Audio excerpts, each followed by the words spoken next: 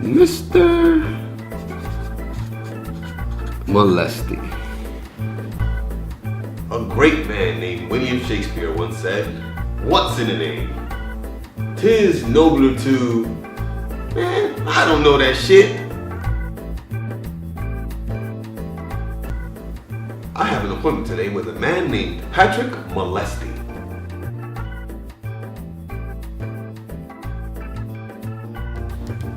Damn, Molesti.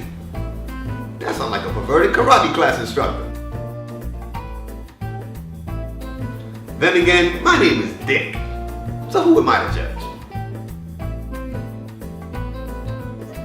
So let's see what I can do for Mr. Molesti. So, tell me, what brings you into my office today?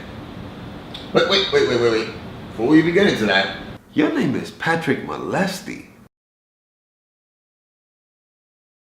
Well, I mean, it's not the best last name to have in the world. It's Molesti, for Christ's sakes. That's like self-explanatory. If you had the last name Molesti, I guarantee you would be in therapy right now too, and I'd be on the couch listening to your problems.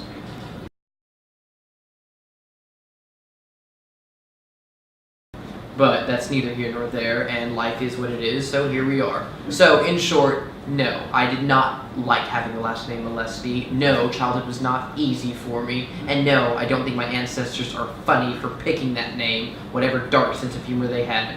Fuck them.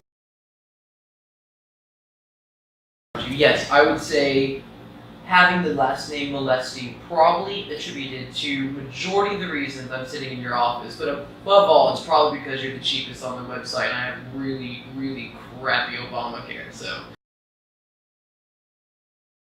So I don't mean to pry too much into your life, but the William Shakespeare University, your diploma, is that an accredited campus? I've never heard of them.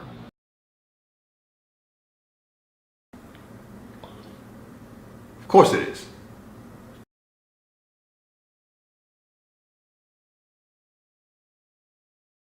I would say that the number one thing I seem to bump into is a lot of people say that I can ramble on for quite some time and it become very boring. A lot of people find it cute in the beginning, and then I find a lot of people telling me that I just start talking and I can really elaborate, but it's not that I'm trying to talk a lot, it's the fact that I'm trying to make sure they understand what I'm saying.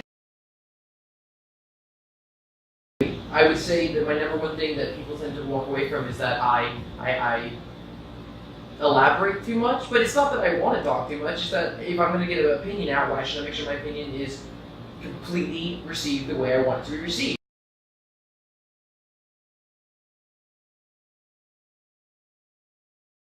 Pat, what is it about Star Trek that fascinated you?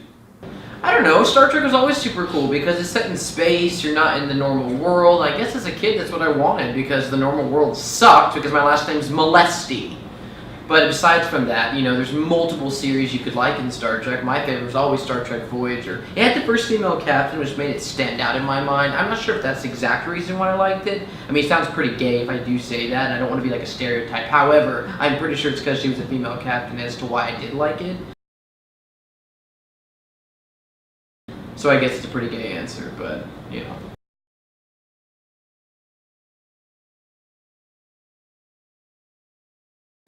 I mean, well, I was at the gym, and all the guys are being, you know, guys in this steam room. I don't know if you're familiar, but in steam rooms, men tend to want to get action going on because you can't see anything, and you can't get in trouble because the window's all fogged over and no one knows what's happening. I mean, it's practically a Stephen King novel at that point. It's the mist. You don't know what's going to pop out at you. And all these men are just getting super gross and getting their groove on and jacking off and all that other sorts. And I don't like to participate in that. But I also don't want to be a killjoy, so I don't stop it either. I just kind of look in the other direction and think of happy things like Star Trek or what I'm going to do for that day or any other thing on my mind. And this one unfortunate day, this guy had spilled lube all over the floor. So when I stood up, I slipped in it, tried to catch myself on the wall, skinned and burned my hand all over the steamer. And did one person help me? No, not one person. They all stared at me like, oh, did you fall? I'm like, yes, I fell. That's why I'm bleeding all over the place. And I fell because you had to get nasty and put lube all over the floor.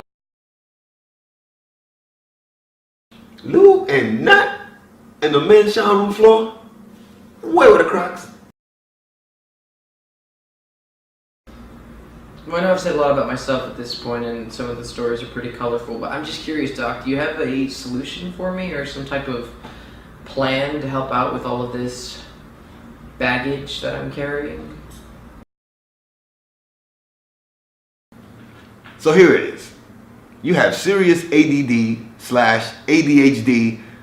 you know, shit that distracts motherfuckers.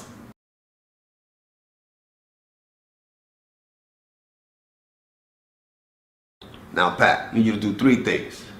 1, cut down your sugar intake. Cut down the caffeine. And stay away from the fucking cocaine.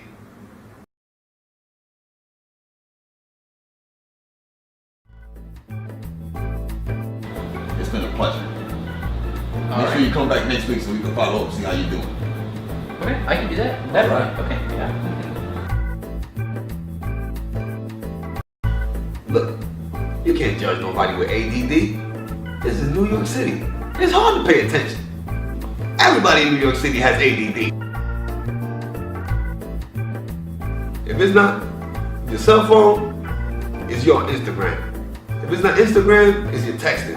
If it's not your text, you're receiving a phone call. If it's not the phone call, it's you the ass you're looking at while you're on the phone call. I'll admit it. I'm doing ADD myself. So I work from home. Smoke weed. Do you know what's the best thing about having a friend with ADD? They usually have to hook up on Adderall! As a matter of fact, Patrick might have some Adderall. I gotta go catch up with him. It's my little matter, baby.